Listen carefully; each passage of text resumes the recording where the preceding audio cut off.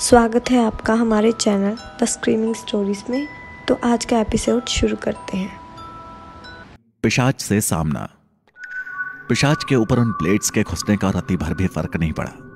उल्टा वो मुस्कुराकर अंगद की तरफ देखकर बोला, बस इतना ही कर सकते हो तुम। सामने खड़ा अंगद यह सुनकर मुस्कुरा दिया। उसने टॉर्च के निचले हिस्से में लगा एक बटन दबा दिया और वो पिशाच पूरी तरह तड़प उठा। उसके मुंह से वातावरण को कंपकपा देने वाली चीखें निकलने लगी। अंगद ने कहा, अब मेरे बटन दबाते इन मेटल प्लेट्स में करंट प्रवाहित होने लगा है। कोई आम आदमी होता तो इस इंटेंसिटी के विद्युत प्रवाह के कारण उसका शरीर राख में बदल जाता, लेकिन तू सिर्फ तड़प रहा है। कोई बात नहीं, जब तक हाई इंटेंसिटी करंट तेरा सारा खून सुखा नहीं देता, मैं तुझे नहीं छोड़ने वाला। पिशाच इतनी भयंकर पीड़ा के बावजूद भी पूरी ताकत जुटाकर खड़ा हुआ और एक एक करके उन मेटल प्लेट्स को अपने शरीर से अलग करने लगा। ये देखकर अंगद ने कहा, घोर आश्चर्य। मैंने कई प्राणियों को इस अस्त्र के जरिए बंदी बनाया है, लेकिन तेरी इच्छा शक्ति कमाल की है। तो वाकई में हमारी संस्था के बहुत काम आएगा। पिशाच ने तेजी से उन सारे प्लेट्स को अपने शरीर से अलग किया, लेकिन तब तक अंगद वही छोटा यंत्र ऑन कर चुका था जिसमें से अल्ट्रासाउंड तरंगें निकलती है। तेज विद्युत प्रवाह के कारण पहले से ही कमजोर हुआ पिशाच अब इस स्थिति में नहीं था कि उन तरंगों का भी सामना कर पाए। वो अविश्वसनीय गति से वहां से दूर गुफा के अंधेरे में कहीं जाकर खो गया। अंगद खींच कर बोला, नहीं, ये एक बार फिर से मेरे हाथों से इस तरह निकल कर नहीं जा सकता। मुझे इसके पीछे जाना होगा। फिर जो अंगद के पास जाकर बोला, रहने दो, हमें नहीं पता कि यह गुफा कितनी बड़ी है और किस तरह से फैली है। पिशाच का सामना करते हुए हमारा एक साथी वैसे ही मारा जा चुका है। अगर तुम और अंदर गए तो हो सकता है कि ये सारे आधुनिक गैजेट्स भी तुम्हें ना बचा पाए। अंगद ने दांत भींचकर गुस्से में उससे कहा, मैंने ऐसी दुर्गम जगहों का सफर अकेले तय किया है जहां कोई भी इंसान सपने में भी जाना पसंद नहीं करेगा। ये पहला राक्षस नहीं है जिसका मैं सामना करने जा रहा हूं और ना ही आखिरी होगा। मैं इसके पीछे जाकर इसकी लाश को घसीटता हुआ बाहर लाऊंगा। अगर तुम्हें नहीं आना तो मत आओ। बिरजू ने उससे कहा, जरा ठंडे दिमाग से सोचो। तुमने वैसे भी पिशाच को बहुत अधिक कमजोर कर दिया है। उसे अगर शक्तिशाली होना है तो कल रात गांव के सभी परिवारों द्वारा अर्पित फसलों को ले जाने के लिए उसे अपनी गुफा से निकलकर बाहर गांव में विचरण करना ही होगा।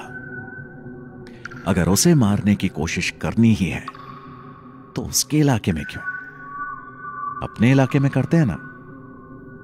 अंगद को भी बिरजू की बात ठीक लगी। उसने बिरजू से कहा, तुमने ठीक कहा बिरजू, मैं जोश में होश खो बैठा था। ये वाली स्ट्रेटेजी सबसे अच्छी है। लेकिन अचानक से तुम्हें पिशाच के पकड़े जाने में इतनी दिलचस्पी क्यों हो गई? यह सुनकर बिरजू की आंखों में खून उतर आया। उसने कहा, पिशाच को अब तक मैं महज एक कल्पना मानता था, लेकिन उसकी उपस्थिति इस बात का सबूत है कि मेरे पिता का हत्यारा वही है। अब जब तक मैं उसे उसके अंजाम तक नहीं पहुंचा देता, मैं चैन से नहीं बैठ सकता। शाम के 5:30 बज रहे थे। गहरे नीले आसमान में मध्यम रोशनी लिए सूरज चमक रहा था। अरविंद, उनकी पत्नी और दोनों बेटे गौरव और शानू हॉल में बैठे हुए थे। सुरीति काफी समय से अपने कमरे में ही थी, लेकिन बाहर निकलने की जिद नहीं की थी। उस शांति को सबसे पहले गौरव ने भंग किया। वो अरविंद की तरफ देखकर बोला, पिताजी, सुना है कि रामलाल जी काफी गुस्से में हैं। गांव में यह बात फैल गई है कि बिरजू ने अपने किसी दोस्त के साथ मिलकर उनके बेटे धीरज को बहुत पिटवा दिया। अब आप तो जानते ही हैं कि जितने ज्यादा मुंह उतनी ज्यादा बातें। बार बार सुरीति का नाम भी उछलकर सामने आ रहा है। अरविंद के चेहरे पर गुस्सा था। उन्होंने मुट्ठी भींचते हुए कहा, इस बिरजू के बच्चे को भी अभी ही वापस आना था। सुरीति की शादी के बाद ही आ जाता तो क्या बिगड़ जाता। गौरव बोला, ये सब छोड़िए पिताजी, अब हम रामलाल जी से क्या कहेंगे? कहीं ऐसा ना हो कि वो रिश्ते से ही इनकार कर दे। शानू बोला, ऐसा नहीं होगा। सुरीति दीदी और धीरज की शादी एक वजह से हो रही है। धीरज का खुद का चरित्र भी लड़कियों के मामले में बहुत खराब रहा है। मैंने तो यहां तक सुना है कि उसने एक बार गांव की किसी लड़की के साथ जबरदस्ती भी। तुम कहना क्या चाहते हो, साफ साफ कहो, अरविंद ने खींच कर कहा। शानू बोला, मेरे कहने का मतलब बस यही है कि धीरज ने भी कम हरकतें नहीं की हैं, लेकिन लांछन सिर्फ सुरीति दीदी पर लगा है, क्योंकि वो एक लड़की है और उनकी मोहब्बत के बारे में पूरे गांव को पता चल गया था। उन दोनों के पास ही कोई विकल्प नहीं है। अगर इनकी शादी हो जाती है तो सुरीति दीदी को एक अच्छा अमीर परिवार मिल जाएगा और लोग धीरे धीरे उनके और बिरजू के बारे में भूल भी जाएंगे। बस यही वजह है कि आपको भी धीरज जैसा दामाद मिल रहा है, वरना आपको भी पता है कि वो कितना बड़ा गुंडा है। अरविंद खड़े होकर बोले, तो एक बात बताना भूल गया बेटा, वे लोग दहेज के नाम पर फूटी कौड़ी भी नहीं ले रहे, वरना जैसी तुम्हारी बहन ने कर्म किए हैं उसकी शादी करवाने के लिए पूरे के पूरे खेत बेचने पड़ जाते, फिर फसल के देवता का अगला शिकार हम ही लोग होते। शानू ने एक पल के लिए रोककर कहा, मुझे समझ में नहीं आ रहा पिताजी, आखिर बिरजू की शादी सुरीति से करवाने में दिक्कत क्या थी आपको? अगर वो बेरोजगार होता या कम तनख्वाह होती तो भी मेरी समझ में आता, लेकिन शहर में उसकी अच्छी खासी नौकरी है और सुरीति उसके साथ खुश भी रहेगी, तो फिर प्रॉब्लम क्या है? अरविंद ये सुनकर एकदम शानू के नजदीक पहुंचे और धीमी आवाज में बोले, आज तो तुमने ये बात बोल दी, लेकिन आगे कभी भी ऐसी बात मत करना। गांव में कभी ऐसा नहीं हुआ कि दो अलग जाति के लोगों की आपस में शादी हुई हो, और आगे भी नहीं होगी। ये नियम हर साल फसल का एक हिस्सा अर्पण करने वाले नियम की तरह ही एकदम सख्त है। इसे पत्थर की लकीर मानकर चलना। हमें अपनी जड़ें कभी नहीं भूलनी चाहिए। उनके बीच की बहस और खिंचती, इससे पहले ही उन्हें घर के बाहर जीप की आवाज सुनाई दी। अरविंद, गौरव और शानू दौड़कर आंगन में गए तो देखा कि धीरज, उसके पिता और उनके कुछ हथियारबंद लोग जीप में बैठकर उनके घर की तरफ ही आ रहे थे। धीरज के एक हाथ पर प्लास्टर चढ़ा हुआ था और माथे पर एक बैंडेज लगा था।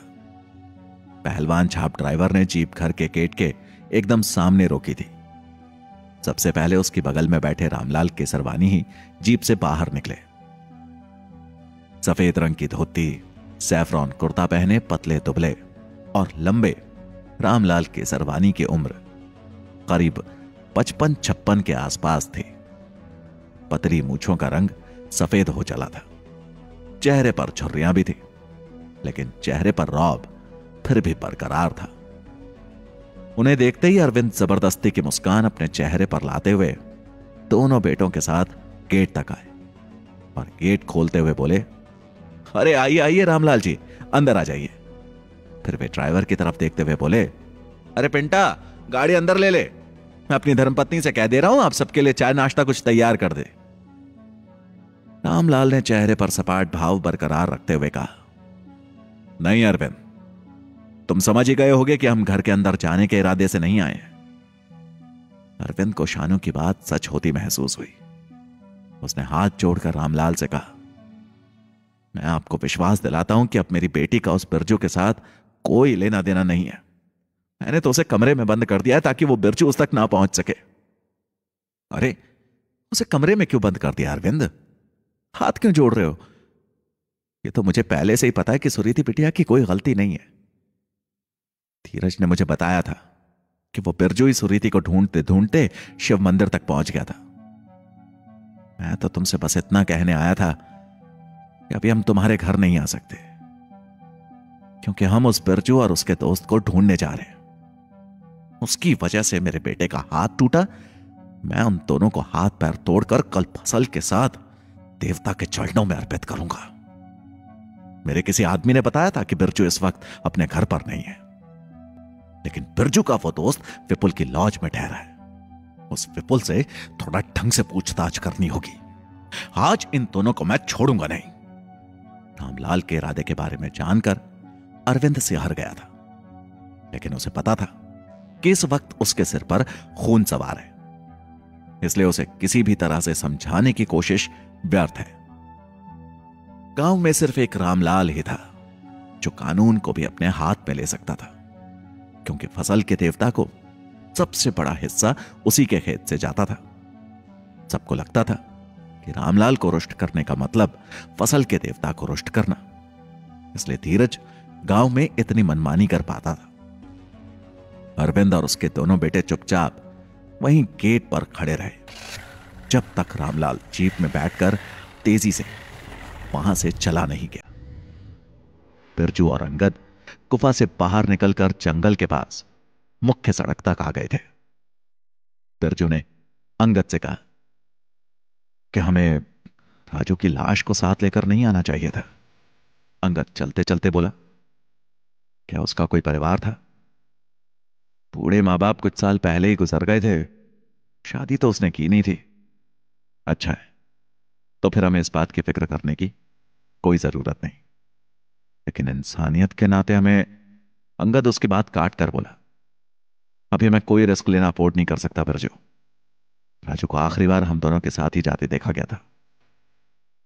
अगर हम उसकी लाश को गांव के अंदर ले जाकर यह भी बताएंगे कि उसे फसल के देवता ने मारा है, तो क्या तुम्हें लगता है कि गांव वालों को उससे कोई फर्क पड़ने वाला है? जब तक उनके खेत की फसलें अप्राकृतिक रूप से उस पिशाच की वजह से लहला रही है, तब तक वे उसका विरोध नहीं करने वाले। इंसान एक बहुत ही स्वार्थी प्राणी होता है, इस सच्चाई को स्वीकार करने में ही भलाई है। क्या पता पुलिस वाले फिर से उल्टा हमें ही जेल में डालने की कोशिश करें। और पिछली बार जो हुआ, उसके बाद से मुझे मेरी संस्था की तरफ से साफ निर्देश है कि जितना हो सके लोकल लॉ अथॉरिटीज से पंगा कम से कम लेने की ही कोशिश करूं। ना ही लूं तो बेहतर है। तभी अंगद को राजू का ऑटो दिखा। वो बोला, इसे भी खाई में फेंकना होगा। अगर ये यहां रास्ते में किसी को भी दिखा तो हमारे लिए अच्छा नहीं होगा। बिरजू तपाक से बोला, ये अब थोड़ा ज्यादा हो जाएगा। किसी का शक क्यों जाएगा? वैसे भी सड़क से कौन गुजरता है? हो सकता है तुम्हारी बात सही हो, लेकिन मैं कोई रिस्क नहीं लेना चाहता। इतना कहकर उसने मजबूती से ऑटो को पकड़ा और पूरी ताकत से घसीटते हुए खाई की तरफ ले जाने लगा। बिरजू कहीं खड़ा था। अंगद ने मुड़कर उसकी तरफ देखते हुए कहा, अच्छा होगा कि तुम भी मेरी थोड़ी मदद कर देते। बिरजू उसके पास आते हुए बोला, ऐसा लग रहा है जैसे हम दोनों ने मिलकर उसका खून किया है और अब सबूत मिटा रहे हैं। इतना कहकर वो भी पीछे से ऑटो को धक्का देने लगा। उन दोनों ने प्रयास से ऑटो दाईं तरफ बनी गहरी खाई के किनारे पहुंचा। उसके बाद अंगद ने बिरजू के साथ पीछे से ऑटो को ताकत से धक्का दे दिया। गुरुत्वाकर्षण बल ने अपना काम दिखाया और ऑटो गहरी खाई में गिरता चला गया। बहुत देर बाद एक हल्के से ब्लास्ट की आवाज उन दोनों को सुनाई दी। अंगद बोला, चलो ये काम तो हो गया, अब लॉज पहुंचकर सोचेंगे कि आगे क्या करना है।